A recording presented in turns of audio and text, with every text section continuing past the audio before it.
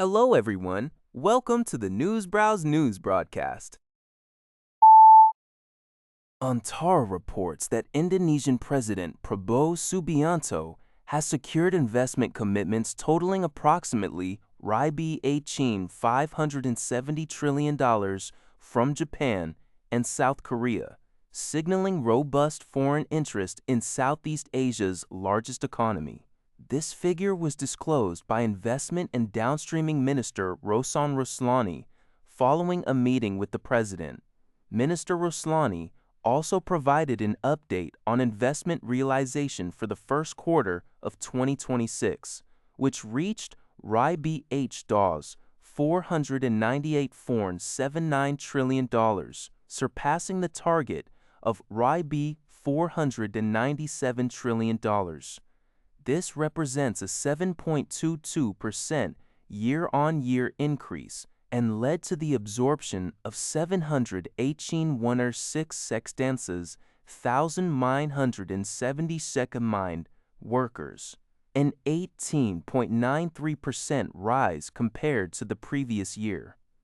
Both domestic and foreign investments contributed almost equally to this total, with foreign investment amounting to $249 to questionable too. Notably, over half of this foreign investment, 50.37%, was directed outside of Java. The top 5 foreign investors included Singapore, Hong Kong, China, the United States, and Japan. Key sectors attracting these inflows were basic metals, other services, mining, housing, industrial estates, transportation, warehousing, and telecommunications.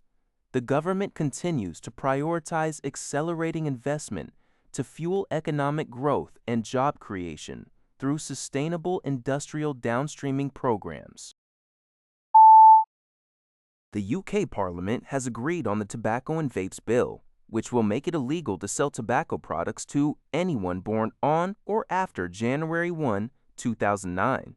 This landmark legislation aims to create a smoke-free generation by preventing current minors from ever purchasing tobacco. The bill also introduces new government powers to regulate various tobacco, vape, and nicotine products, including their flavors and packaging.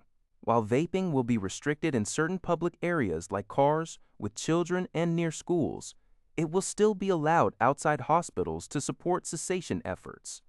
Wes Streeting, Shadow Health and Social Care Secretary, hailed the agreement as a historic moment for the health of our country.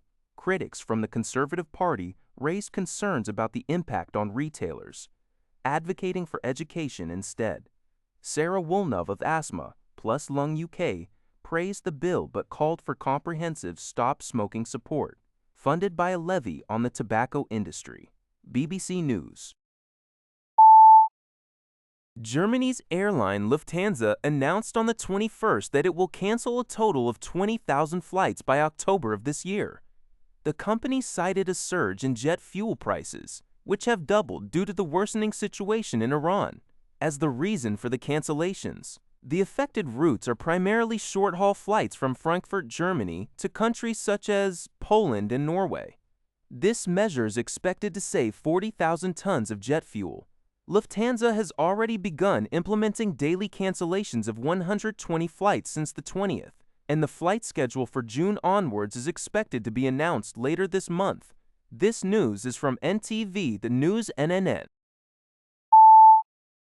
According to Thai Sounds, Taiwan President Lai Ching-te's scheduled visit to Eswatini, a diplomatic ally in Africa, was abruptly canceled today.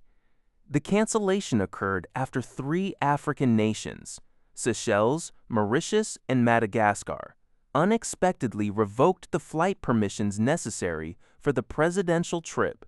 In response, China's Ministry of Foreign Affairs issued a statement expressing its high appreciation for these countries' adherence to the One China principle. The statement, reported by Xinhua News Agency, emphasized that 53 African nations, with the sole exception of Eswatini, have established diplomatic relations with China and uphold the One China principle.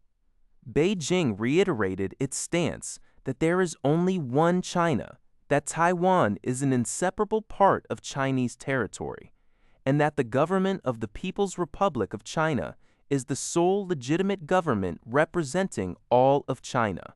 China affirmed that these nations' actions are fully compliant with international law and basic norms of international relations, and that the One China principle represents the will of the people and an unstoppable historical trend towards national unification. 自由时报 reports a tragic shooting incident that occurred on April 20 at Mexico's popular Teotihuacan pyramid ruins. The attack resulted in the death of one Canadian woman and injuries to 13 others, while the 27-year-old gunman, Julio Cesar Jasso Ramirez, subsequently committed suicide. According to investigators, Ramirez's actions were inspired by two distinct sources: the notorious 1999 Columbine High School shooting in the United States and pre-Hispanic sacrificial rituals. Martinez, the Mexico state prosecutor, stated that Ramirez, a resident of Mexico City located about 50 kilometers from the pyramids, had extensively scouted the archaeological site and used a nearby hotel as his base for planning the violent assault. Preliminary investigations also revealed a strong connection to the Columbine massacre, including the discovery of AI-generated images of Columbine shooters Eric Harris and Dylan Klebold among Ramirez's personal effects. Witnesses described the gunman wearing a shirt similar to those worn by the Columbine attackers. Furthermore, an American tourist recounted Ramirez saying, "This is a place of sacrifice, not a place for you to take pictures." And today is the anniversary of the Columbine school shooting, indicating the dual inspiration behind the horrifying event. That's all for this video. Thank you for watching. See you in the next video.